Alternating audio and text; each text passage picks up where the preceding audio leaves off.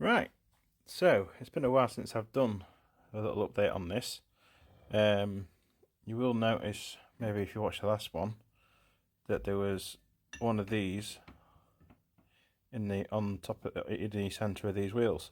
Now I've removed all those because the motor that I was going to use is this one here. Now the configuration on the charlatan drawings is that goes onto there somehow,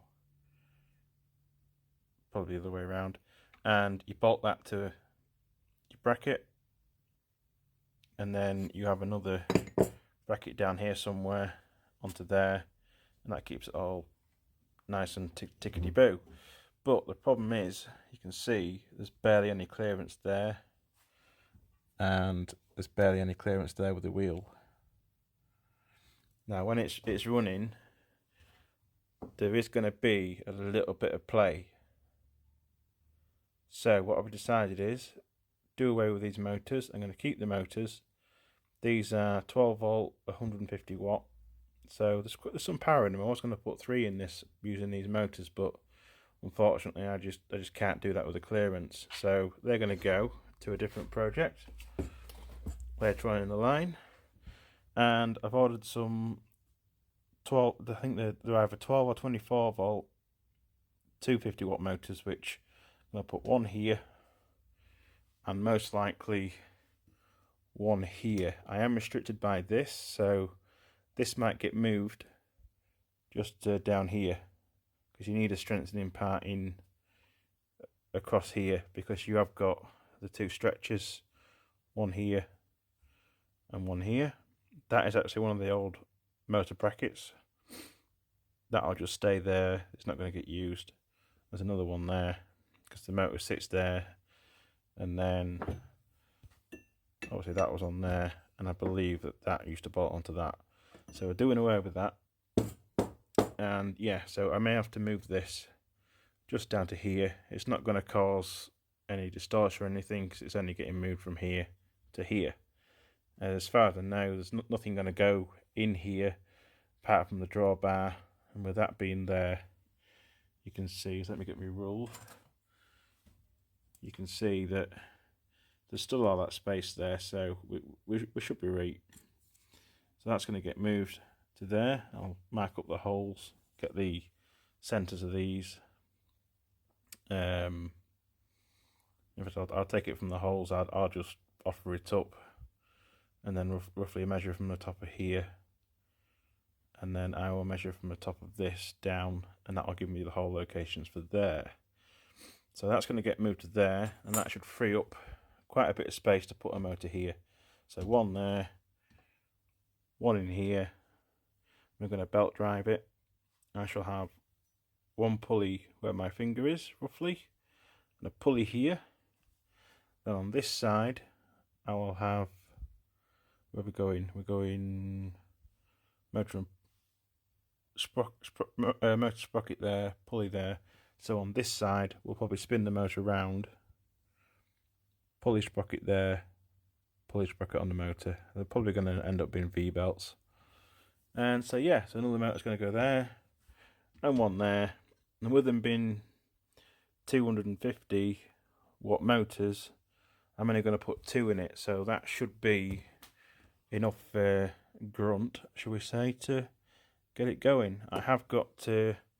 I've only placed this plate on top roughly where it needs to be. It's not far off, but I'll have to drill and tap. I'll have to drill clearance in here. I'll drill and tap this a BA size of some sort, probably 2 BA, maybe 4 BA, just to bolt this on. And I can also bolt it on down here as well. I'll check the drawing and see what it says. Don't think there's anywhere else where it bolts to, but it's mainly held on by all this bracket down here. So yeah, that's where we've got to so far. I have got a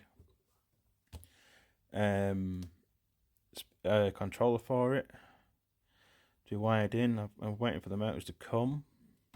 So once they're here, really, it's work out where I'm putting the motors, the exact location, drill and tap this and bolt them down. They've got little feet on them. They've got a big plate on them, and they're tapped M6, I believe. So I'll probably just drill clearance in here once I get worked out where it needs to be. And then we're not far off getting things rolling. I have got to, I can pull one of these out. Oh, there we go. On the drawings it says to pull that off, keyway these wheels, which I'll probably do. I'll probably put a key in here and a key in here, and I'll work it out so that I put a keyway in line with the wheel weight on one side, all 3 wheels on one side, and then imagine the wheels flipped over. I'll probably go 90 degrees and put a keyway in the other side wheels that way. Then that'll help to quarter it. So I shall, obviously there's going to be one side of the wheels, 3 wheels at one side, keyway that way. I'll also put a keyway in here, because these go on here, the cranks, and really you want these quartered. So the keyway in there and the keyway on the shaft, keyway in there, and then like I said earlier, there's going to be 90 degrees on the other side, so those will be sat there with the keyway through there. And I've got that to do. Not sure how I'm going to keyway this yet. It might involve me taking these to work and just cheekily keywaying them, because we've got a slotting machine at work. These I can just do at my leisure whenever I get a mill here. So yeah, that's where we have got so far. It's coming on. Once those middle pieces are out, you've got all that shaft room, so it's a much more simpler design. So that's where we are so far. We'll see you next time.